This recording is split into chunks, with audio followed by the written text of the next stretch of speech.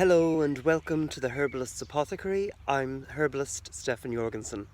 Today I'd like to talk about a plant called Plantago lanceolata, otherwise known as ribwort or plantain. Now there are two types of plantain. This one here, lanceolata, which we're going to talk about today, is here and has lance-like leaves, like there. I'm sure you remember seeing these all over the place, in the countryside, in your garden, in parks. Just there, lance-like leaves and deeply ribbed on the front and the back. And here is the little flower. Yay! Look at it. Hi, plantain. So, plantain here sitting in the middle of all the grass with the dandelions and the daisies. It's lovely, really gorgeous day here. Plantain is an alternative, which means it promotes, as the tractor passes by, it promotes more efficient functioning of the body. It helps it gently function better, yeah? So it's one of those vital plants, alternative. It alters the blood, yeah? It's exactly like dandelion as well. Here they go, whoa-hey! Yeah, all the alternatives sitting here in this corner. It's also an anti-inflammatory. It's also antimicrobial and antibacterial. So as soon as the leaves are actually taken and crushed and bruised, yeah, and usually can do that safely in your mouth, it releases its antibacterial action. So, more traffic and more traffic. So on that note, antibacterial action, it's also a demulcent, which means it moisturizes on the inside. It's really used for a lot of the time for upper respiratory problems like rhinitis in the nose, where you've got real inflammation where you can't really breathe with it. It takes down the inflammation there. I've had great success working with it in that regard.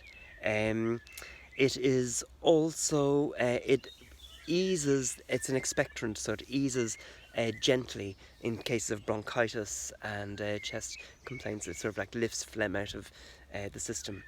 It'll also, if you can make a small poultice of it, and I'll show you, come here to me, thank you so much.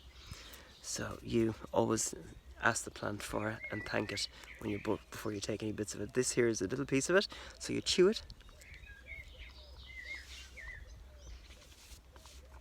and as it breaks down the cell walls, it's going to release all its antibacterial action. You can feel your mouth, the astringency of it.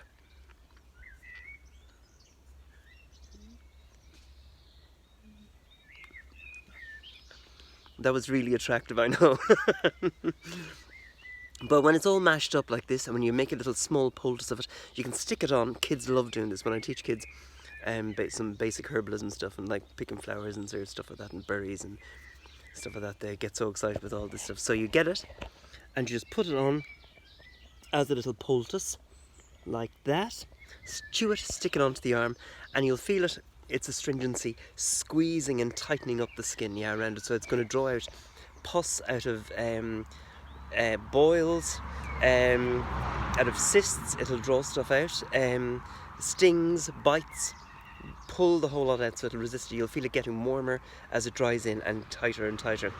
And also, it being an astringent, it means it tones and strengthens tissue. So when in cases of things of not performing properly, like lungs again, it'll help lungs work better. It tones and strengthens them.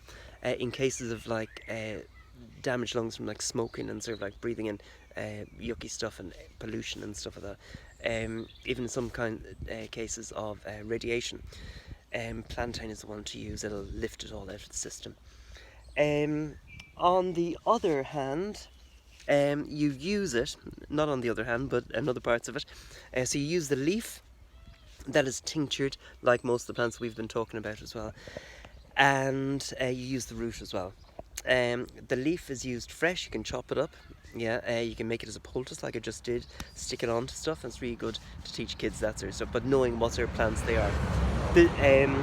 And the root is used you can use it for toothache. So if you dry out the root, yeah, sort of like powder it all up and use that powder and sort of stick it into a tooth that you've got an ache into it, and it'll squeeze it. The astringency will go zip and zip it up and stop the pain from happening any further.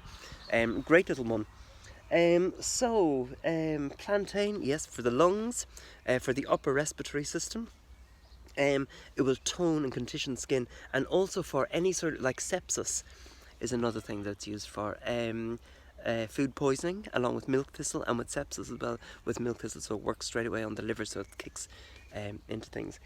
Yeah, it's one of my favourite plants and I love it. The other one, which is that's lanceolata, like I just told you. The other one is majora, and that's got large spade-like leaves, rounder, yeah, but the exact same deep ribs in the back of it, and it's the exact same properties. Yeah, it's a cousin of it, but the same properties. So you can use both of them. This, along with lots of other plants and botanical medicine, we use here in the Herbalist Apothecary for our clients, to teach our students a lot more of stuff and more in depth when you come and study with us. Anyways, I hope you like that. That is Plantago lanceolata. Okay, have a fantastic day and keep smiling.